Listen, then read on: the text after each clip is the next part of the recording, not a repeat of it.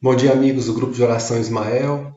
Eu sou Paulo, vocês já me conhecem, e hoje a gente vai dar sequência à nossa série de estudos sobre as bem-aventuranças. Dessa vez vai ser a frase: bem-aventurados os que têm puro o coração, ou os puros de coração. A gente vai, em linhas gerais, explicar aqui que existem dois tipos de seres que têm puros o coração. Os do primeiro tipo são os que permaneceram no sistema, os que não sofreram o processo de queda, a primeira queda, que o Balde explica. E o segundo tipo são aqueles que, mesmo sofrendo a primeira queda, passaram depois no processo de evolução e já chegaram no topo, retornando à casa do Pai, como o Cristo explica na parábola do filho pródigo. Então vamos dar início às nossas explicações aqui e entender por que os puros de coração vêm a Deus. Vamos então iniciar. Então a frase é essa aí, Bem-aventurados os puros de coração, porque eles verão a Deus. Está lá em Mateus 5, versículo 8. Começando então com Pietro Baldi, no livro Deus e o Universo, capítulo 4. Ele explica como que se deu o processo de queda. Logicamente que a nossa explicação aqui ela vai ser muito resumida, muito superficial em razão do tempo. A gente vai tentar dar uma noção geral de como que foi esse processo, de uma forma bem superficial, como eu falei, e mostrar que aqueles que não passaram pelo processo de queda permaneceram puros de coração. Olha o que o Balde explica para a gente.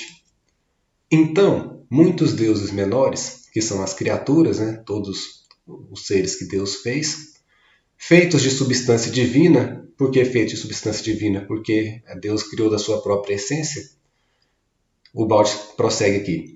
Livremente decidiram tornar-se deuses maiores, iguais a Deus.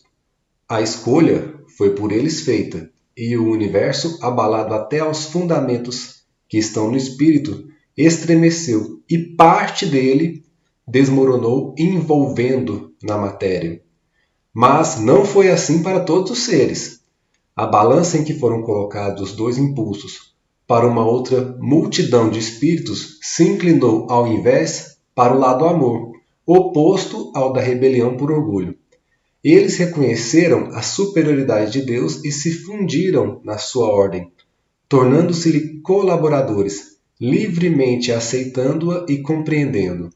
Os primeiros não quiseram reconhecer a sua supremacia, destacaram-se da sua ordem e se transformaram em demolidores. O que o Balde está explicando aqui? Que uma vez, vamos colocar que houve um processo de criação só para facilitar o entendimento, mas se a gente vê, como o Balde comenta no livro A Técnica Funcional da Lei de Deus, pode ser que a unidade, a divindade, aliás, Deus, tenha sempre existido no estado orgânico e as criaturas fazendo parte desse organismo. Mas vamos colocar como se tivesse havido realmente uma criação só para fins didáticos aqui. Então, a criação, uma vez concluída no seio de Deus, no sistema, ou no nirvana, para os orientais, ou para a ciência, especialmente David Bohm, aquilo que ele chama de ordem implicada ou ordem implícita, ela tinha a opção de permanecer na ordem divina, aderindo à vontade de Deus, principalmente através do processo de obediência. E isso aí é explicado no Antigo Testamento, no livro do Gênesis, de forma bem simbólica, muito interessante, que é quando Deus diz para Adão: podeis comer de todos os frutos desse jardim, menos do fruto que dá conhecimento do bem e do mal, que significa o processo de dualidade. E quando Adão opta por comer o fruto que dá o conhecimento do bem e do mal, ele age através de uma forma que dá impulso, cede ao impulso da desobediência, de seguir a própria vontade e não a vontade de Deus. Essa desobediência, esse seguir a própria vontade, abandonando a vontade do Pai, é que resulta no processo de queda e de involução, que o Balde chama, resulta também na criação do universo material ou dos diversos universos materiais e, consequentemente, naquilo que ficou conhecido na simbologia da expulsão do paraíso. Então, as criaturas que fizeram esse movimento de desobediência, que comeram o fruto proibido, elas passaram pelo processo de queda. Quem não fez esse movimento, permaneceu aderindo livremente à vontade divina, permaneceu também puro de coração e assim tem contato direto com Deus, vê a Deus. Tanto é que se a gente for olhar lá no Gênesis, está lá a simbologia, Adão conversa com Deus, enxerga Deus caminhando lá no Jardim do Éden, e depois ele desobedeceu e foi então expulso. Para quem não desobedeceu, continuou com esse contato com Deus e por isso que o puro de coração vê a Deus, né? Esse é o primeiro tipo de seres que são puros de coração. Vamos seguir aqui na explicação do Ubaldi para a gente compreender melhor um pouco. E aí ele segue. Tiveram então, os que caíram, início no ser decaído, duas vias opostas que o distinguem. De um lado, o orgulho, o mal, a dor, as trevas, o caos e, consequentemente, a criação e vida na matéria. Do outro, a obediência, o bem, a luz, a ordem e a vida perfeita do puro espírito, que são os que não caíram, A queda é a involução, da qual se sobe redimido pelo esforço da evolução, absorvendo o mal em dor, edificando-se pelo sofrimento com a experiência da vida, assim se desmaterializando e espiritualizando na ascensão ao encontro de Deus, que não abandonou o ser que caiu, mas apenas lhe disse: destruíste o esplêndido edifício, contudo continuas a ser meu filho, reconstruirás, porém, tudo com o teu esforço. E a melhor explicação, então, para esse processo de reconstrução com esforço é a parábola do filho pródigo, que mostra que o movimento livre da criatura foi sair da casa paterna, achando que ia buscar a felicidade fazendo a própria vontade, mas depois que ele chegou ao nível de comer a lavagem dos porcos, resolveu voltar. Então aí vai ser um esforço grande, que é o esforço que todos nós que estamos aqui estamos também na condição do filho pródigo, tentando voltar para a casa do pai. Bem se vê então, repetindo, que o primeiro grupo de seres puros de coração são os que não caíram. E o segundo são aqueles que fizeram a trajetória do filho pródigo e que já concluíram a jornada evolutiva retornando à casa paterna. E um exemplo desse segundo tipo é o Jesus, como a gente vai ver aqui na sequência da explicação, em que chegou ao retorno com sucesso à casa paterna, concluiu o processo evolutivo, puro de coração, também vê e tem contato direto com Deus. Vamos ver um pouquinho sobre o Cristo para a gente poder entender. Que o Allan Kardec coloca na questão 625, ele fez a seguinte pergunta aos espíritos: qual é o tipo mais perfeito que Deus tenha oferecido ao homem para lhe servir de guia e de modelo? E a resposta é simples, vede Jesus. Então Jesus é o nosso grande guia e modelo, porque ele retornou ao sistema de forma completa, não tem mais vínculo nenhum com a matéria e, por ser o governador planetário, como a gente vai ver na sequência do estudo, ele nos serve, ele vai nos conduzir de volta, como filhos pródigos que nós ficamos também, que ainda somos, à casa do Pai. Vamos ver na sequência da explicação alguns textos que não deixam a menor dúvida de que Cristo tem esse processo de identidade com o Pai, de que ele é nosso guia e protetor e que ele já concluiu o processo evolutivo.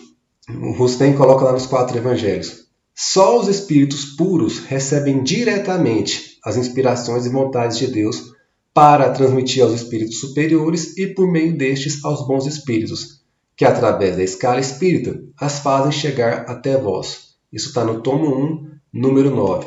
Então os espíritos puros de coração, como Jesus colocou, têm contato direto, recebem diretamente de Deus as suas vontades e inspirações e vai transmitindo de forma gradual na escala espírita até chegar a nós, que estamos num nível mais atrasado.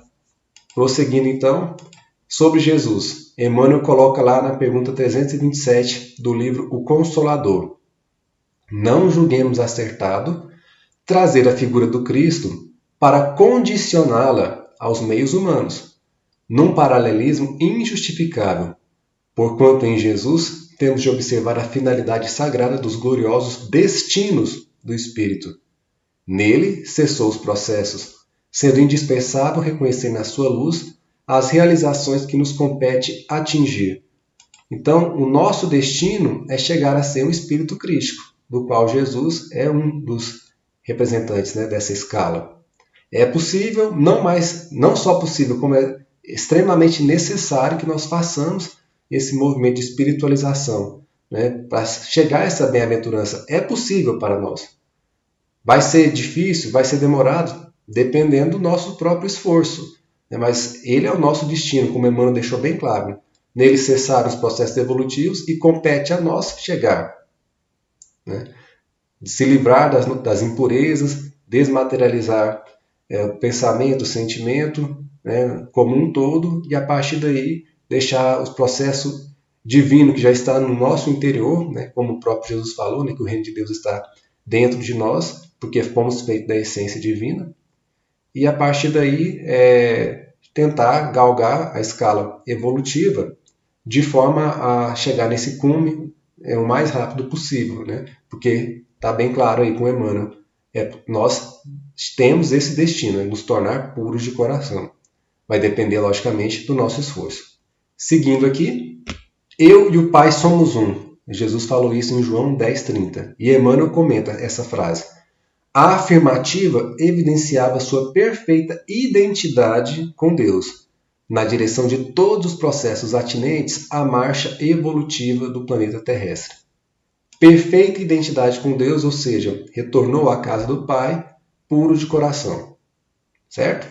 Seguindo, então, para a gente confirmar essas informações, novamente com Rustem, de novo no tomo 1 dos 4 Evangelhos, número 9. Olha o que aqui os Espíritos lá falaram sobre o Cristo. Espírito perfeito, puro entre os mais puros, que presidem, sob a sua direção, os destinos ao desenvolvimento e ao progresso do vosso planeta e da sua humanidade, encaminhando-os. Jesus, cuja pureza, cuja perfeição se perdem na noite da eternidade, Espírito protetor e governador do vosso mundo, vosso e nosso Mestre, obrava não sob uma influência estranha, mas por si mesmo. Poder-se-ia, pois, dizer que era impelido pelo Espírito, no sentido de que, permitindo-lhe a sua elevação e a sua pureza, aproximar-se do centro da onipotência, ou seja, Deus, ele recebia diretamente as inspirações divinas. Então, mais uma vez, o raciocínio deixando bem claro, né? Rustem explicando para a gente que pela pureza Cristo se aproximava e recebia diretamente do centro de onipotência, ou seja, Deus, né, todas as inspirações, né? E a perfeição dele se perde na eternidade dos tempos, ou seja, ele já teria concluído esse processo evolutivo em termos individuais antes da formação da Terra. Por isso que ele é um espírito crístico para nós desde sempre, né? Quando a Terra foi criada ele já era. Mas na sequência a gente vai ver também que ele teve sim a primeira queda e só permaneceu sem falir no retorno, né? No processo evolutivo. Que como Rustem explica para a gente, nos cursos do IBS esse conceito é muito desenvolvido pelo Maurício, ao longo de todos os cursos da TV, né? Que tem 2 tipos de evolução. A evolução em espiral, que é daqueles que tiveram também a segunda queda, e a evolução em linha reta, que é daqueles que não passaram pela segunda queda, que é o caso do Cristo. Cristo evoluiu em linha reta, como a gente vai ver na sequência do estudo, chegou ao topo, né, da escala evolutiva, retornando à casa do Pai, e a partir daí tem uma pureza que o permite o contato direto no processo de identidade e está também na condição de nosso guia e protetor, sendo para nós a meta que compete a gente alcançar. Prosseguindo então, e aí o Rustem vem confirmar essa informação, né? Nenhum de vós, nenhum de nós que vos dirigimos na vossa marcha pode dizer que jamais faliu, mas todos podemos alimentar a esperança de participar da pureza de Jesus, da sua felicidade pela nossa perseverança na prática do bem e no estudo constante das verdades eternas. Olha o roteiro aí, perseverar sempre na prática do bem e no estudo constante das verdades para nos dar ressonância com o processo espiritual e assim acelerar a nossa marcha evolutiva. Mais um. Emmanuel diz no livro Consolador: todas as entidades espirituais encarnadas no orbe terrestre são espíritos que se resgatam ou aprendem nas experiências humanas após as quedas do passado, com exceção de Jesus Cristo, fundamento de toda a verdade neste mundo, cuja evolução se verificou em linha reta para Deus, e em cujas mãos angélicas repousa o governo espiritual do planeta desde os seus primórdios. É a pergunta 243. Emmanuel confirmando então a informação que está em Rustem, que Cristo em seu processo evolutivo não faliu, evoluiu em linha reta e é também o diretor e governador planetário. Para a gente não ter nenhuma dúvida, né? Emmanuel confirmando aí a informação que está lá em Rustem. E prosseguindo, para a gente saber, né, que Jesus já concluiu o processo evolutivo, ele diz lá em João, capítulo 8, 23, vós sois daqui de baixo, eu sou lá de cima. Vós sois deste mundo, eu deste mundo não sou. Então é de outra escala, né? Teve um outro processo de evolução, já atingiu ao cume e veio para nos ensinar o caminho. E por fim, a nossa tradicional citação, né, sobre o Sermão da Montanha, digamos assim, invertido, que o Pietro Baldi coloca para nós como sendo o estágio real da humanidade terrestre. Ele diz assim, lá no capítulo 15 da Lei de Deus, bem-aventurados os que não são puros de coração, porque ficarão tão submersos na ignorância e na maldade, com os consequentes erros e dores, que purificarão seu entendimento, e assim compreenderão a lei e verão a Deus. Né? Então, é o nosso estágio. Né? Temos que sair dessa ignorância, buscar nos desmaterializar, buscar nos purificar de forma gradual, mas empreender um esforço real para que esse processo seja acelerado. Quando tivermos concluído o processo evolutivo, estaremos nessa condição de bem-aventurança, de puro de coração, e aí sim, a gente poderá ver Deus no sentido de receber diretamente a sua inspiração. Ou poderíamos colocar também como despertando por completo a semente divina que está em nossa essência, né? Deixando desabrochar novamente para chegarmos ao estágio crístico. Pessoal, então era isso que eu tinha para comentar com vocês. Às 11 horas daremos início à nossa oração.